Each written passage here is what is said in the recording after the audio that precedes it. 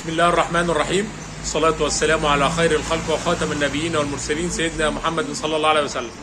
اهلا وسهلا بكم صحابي وحبايبي في كل مكان. فيديو جديد من عالم الإطارات. ان شاء الله فيديو النهارده هنشوف فرده مقطوعه من الجنب، حته مش كبيره قوي بس حته خطره، وحته يعني عايزه شغل كتير وعايزه تركيز في الشغل. هنشوفها ان شاء الله نعملها ازاي مع بعض. في البدايه ان شاء الله بتمنى ان شاء الله اللي ما اشتركش معايا في القناه يشتركوا ويفعلوا زر الجرس عشان تعملوا بلايك، واي سؤال مستنيه في التعليقات.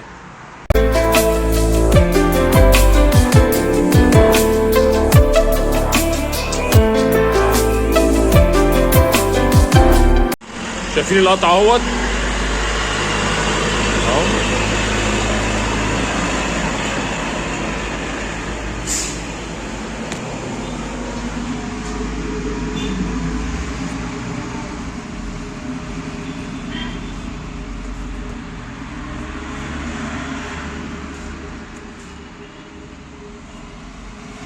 طبعا ده هننضف ونخيط، والحمد لله ان الحته دي مش مقطوعه.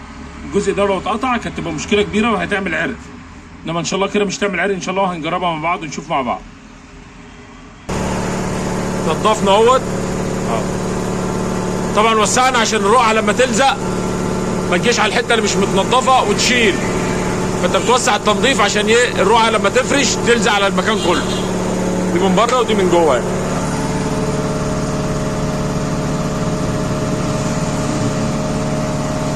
دلوقتي نبتدي نخيط اهو يا حبايبي. خيطنا اهوت من بره اهو، دي مخيطه من بره اهيت. طبعا في ناس من متابعيني طبعا هيقولوا لي طب خيط المره دي غير كل مره. طبعا انا خيط المره دي عاملها شبكه، لان زي ما شفنا القطع في خيط مقطوع والقطع كبير، فلازم نعمل الشبكه دي عشان تستحمل ضغط الهواء وما تعملش معانا عرق ان شاء الله. اهوت دي الخيطه من بره. من جوه طبعا خيطه عاديه خالص اهي، مفيش اي مشكله اهي تمام. بس احنا عملنا الشبكه من بره عشان نقدر نحافظ على ضغط الهواء ما يعملش عرق في مكان الرقعه. طبعا ان احنا قصينا قطعتين الشمبر اللي احنا متعودين عليهم اهو اهمت. طبعا الكبيره دي تبقى جوه عشان تاخد المساحه كلها، والصغيره دي تبقى بره عشان احنا قلنا اللي بره مجرد ان هي بتداري الخيط بس. ونضفناهم على الحجر، هنبتدي نقص لهم قطعه بريستين على قدها. طبعا هنقص قطعه البلستين على قد الرقعه زي ما قلنا، وطبعا هنشوف مع بعض شكلها ازاي بعد ما تخلص. قصينا قطعتين البلستين اهمت. طبعا زي ما اتعودنا احنا بنسيب حرف بره عشان نتنيه على قطعه الشمبر ما يفصلش من بعضه. طبعا لما انا قطعه البلستين اطبقها هنا بتلحم على قطعه الشمبر وما تعملش فرق بين الاثنين، وبالتالي مع الوقت ما بتشيلش، ما بتفصلش دي عن دي. فده اسلم حاجه. انا بحب ان انا دايما اخلي فيه قطعه زياده، الحرف الزياده دوت، بحيث ان انا اطبقه ويمسك قطعه الشمبر معايا. طبعا نبتدي نحطه على المكان الفتح اللي احنا خيطناه، وهنبتدي ان احنا نحطه على المكوى.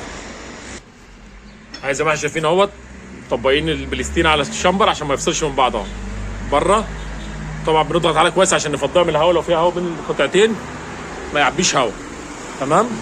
طبعا ضغطه المكوى اصلا بتخليها جامده اهي، ودي القطعه اللي جوه اهي. طبعا مكبرينها عن اللي بره عشان تعمل مساحه ان هي تقدر تمسك الفتحه كويس اهي. نضغط عليها طبعا عشان نفضي الهواء منها اهو تمام. ونبتدي ان احنا نحط لها ورقه ونحطها على المكوى. طبعا هو بعد ما ثبتناها على المكوى، طبعا انا عندي المكوى كفتين، كفه فوق وكفه تحت تمام. فانا طبعا بشغل الاثنين مع بعض على حسب المده بتاعت كل مكوى، بتاعت كل كف، لان عندي كفه اللي فوق غير مدتها غير الكفه اللي تحت. الكفه اللي تحت بتاخد وقت اطول عندي لان المنظم بتاعها شغال. اللي فوق انا لاغي المنظم، فبالتالي بتسخن اسرع، فانا بشيل الفيشه بتاعتها على ما اللي تحت تاخد مدتها، وبالتالي اسخن الثانيه معاها تمام. لو انت عندك كفه واحده بتعمل الرقعه اللي بره الاول او اللي جوه الاول افضل عشان تاخد وقتها وتاخد راحتها اللي جوه، لان اللي جوه اهم من اللي بره. تعمل اللي جوه الاول، وبعد كده بتبتدي ان انت تعمل اللي بره وتقلبها، تقلب المكوى وتعمل الرقعه بتاعتك اللي بره عادي خالص. اكنك بتعمل رقعتين بس رقعتين منفصلين، انما انا عندي عشان المكوى كفتين فبعمل الاثنين مع بعض. واوريها لكم ان شاء الله بعد ما تخلص وان شاء الله تعجبكم. طبعا الرقعه اهيت بعد ما نزلت من على المكوى وبردنا اهوت اهو. شكل الرقعه مستويه الحمد لله 100 100 اهي اهي اهو.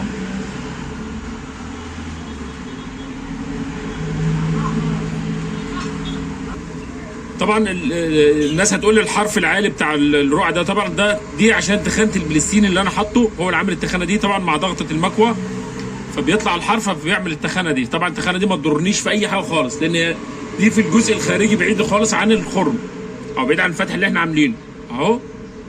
ادي من جوه اهي، من بره اهي.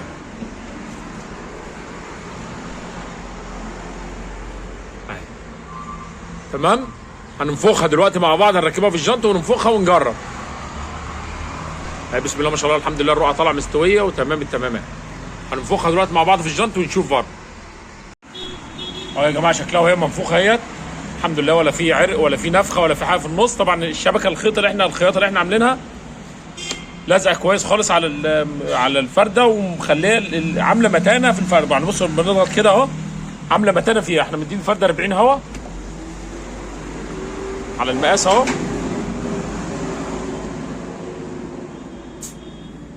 المقاس اهو 40 هوا اهو. تمام، 40 هوا اهو. والرقعه الحمد لله تمام، ما فيهاش اي حاجه، ما فيهاش اي مشكله خالص اهو الحمد لله. اهي طبعا ايه الخياطه مع الرقعه مع التكبير حجم الرقعه من جوه هو اللي عامل كده، هو اللي ماسك الرقعه ومخليها رقعه مظبوطه وحلوه الحمد لله وتمام ان شاء الله وتشتغل تبقى 100%. طبعا شفنا اهو الرقعه مع بعض.